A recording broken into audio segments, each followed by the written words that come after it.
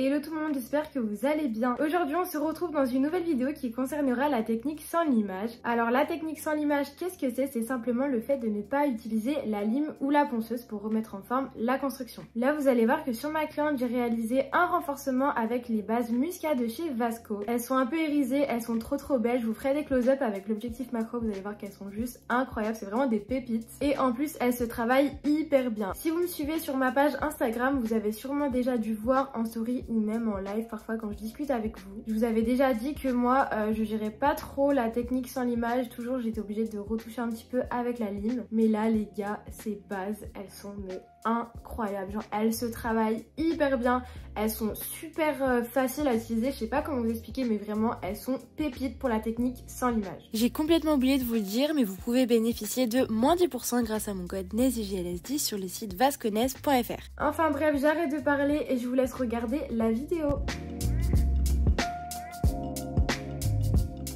Voici les fameuses bases, donc les bases Musca dont nous allons parler dans cette vidéo. Il en existe 3 teintes et elles sont toutes irisées, donc moi j'ai la base cristal qui a des petits reflets, vous voyez, un peu argenté, blanc, enfin cristal quoi. On a la base gold qui a des reflets bien évidemment dorés, alors elle est vraiment incroyable, je trouve que les reflets se voient beaucoup plus que les deux autres par exemple. Celle-ci je l'ai pas encore testée mais j'ai vraiment trop hâte. Et enfin nous avons la pink base, celle-ci elle a des reflets roses, alors je vous avoue que ça se voit pas trop à la caméra mais à l'œil nu ça se voit quand même pas mal. Après vous voyez ça reste des reflets vraiment très discret, donc c'est parfait si vos clientes elles aiment pas trop tout ce qui est trop brillant. On va passer à la pose sans limage. Du coup là j'avais déjà fait la préparation de l'ongle de ma cliente et maintenant j'ai plus qu'à nettoyer la plaque avec un petit déshydratant et mon pinceau aquarelle de chez Action. Cette étape elle va vraiment être 2 en 1, ça va me permettre déjà de tout dépoussiérer et surtout de déshydrater la plaque ongulaire. Et ensuite je viens appliquer mon primer sans acide de chez Vasco, donc là j'en mets une petite goutte sur tous les ongles. Et comme vous pouvez le voir ici, ma cliente elle a la plaque quand même assez sensibilisée, du coup ici un petit renforcement ça sera vraiment parfait pour faire pousser ses ongles. Pour son renforcement, je vais venir utiliser la base pink du coup de chez Vasco, donc c'est celle avec les petits reflets roses. Et là pour cet ongle, je vous ai vraiment laissé l'étape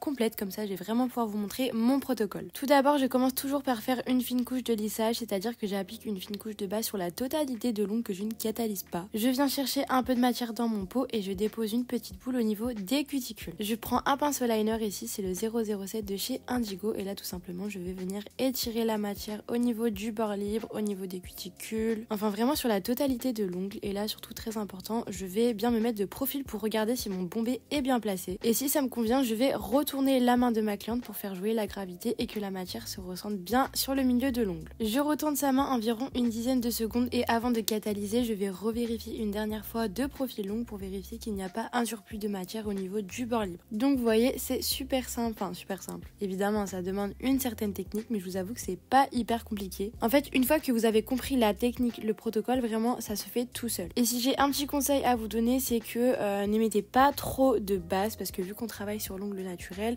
on ne cherche pas à faire un apex aussi prononcé qu'une pose de chablon par exemple. Moi au début j'avais tendance à mettre beaucoup trop de base, du coup ça coulait, ça me faisait des gros pâtés, enfin bref, j'en avais de partout, en plus je ne retournais même pas l'ongle. Donc voilà, n'en mettez pas trop, ça sert à rien, vous allez voir comme ça la matière va se placer toute seule, et surtout n'oubliez pas de retourner la main pour faire jouer la gravité. Comme je vous l'expliquais, au début je viens faire une couche de lissage, c'est-à-dire une fine couche de base sur la totalité de l'ongle. Alors cette couche, elle va me servir simplement à faire comme une petite couche patinoire, c'est-à-dire que la boule de matière que je vais appliquer par la suite va pouvoir glisser toute seule sur cette couche de lissage. En fait, ça va vraiment aider la matière à se placer. Du coup, vous ne devez surtout pas toucher les cuticules, car si vous touchez les cutis ou que vous débordez un petit peu dans la peau sur le côté, alors là, vous pouvez être sûre et certaine qu'après, il y a tout qui va suivre le même chemin et tout va partir dans la peau. Quand vous avez étiré votre boule de matière avec votre pinceau liner, surtout n'hésitez pas à vraiment mettre la main de votre cliente de profil, comme ça va vous permettre de bien regarder si la matière est bien placée, par exemple si vous n'avez pas un surplus au niveau du bord libre ou des cuticules par exemple. Et pourquoi retourner la main de la cliente? Alors ça c'est hyper important, perso je le faisais pas avant parce que j'avoue je comprenais pas à quoi ça servait et pour moi c'était vraiment de la perte de temps, mais je vous assure que maintenant que je le fais je vois vraiment la différence. En fait ça va vraiment faire jouer la gravité et la matière va bien se centrer au milieu de l'ongle au niveau de l'apex. lisse. Comme ça va éviter de faire des gros pâtés au niveau des côtés ou même que tout simplement ça coule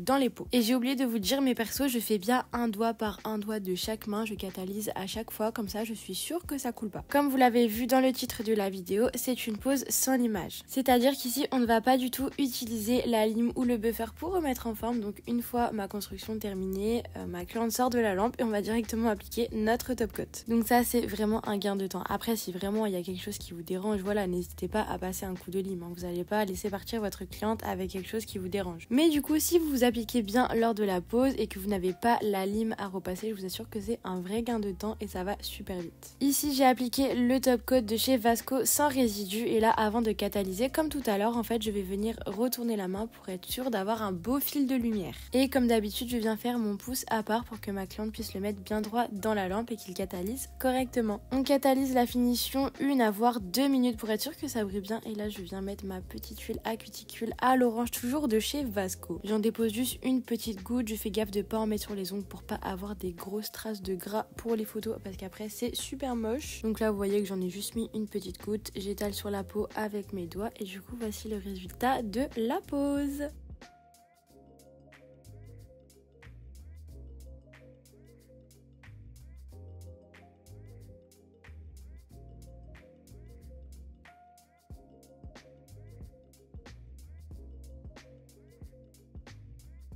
Ma vidéo est terminée, j'espère qu'elle vous aura plu. Alors comme vous avez pu le voir, ces bases elles se travaillent hyper bien, vraiment elles ont une couleur qui est super jolie, super naturelle. J'avoue que moi les ongles courts nude c'est pas forcément mon truc, mon style, ma façon de travailler. Mais en vrai ça passe crème, franchement des ongles courts nude.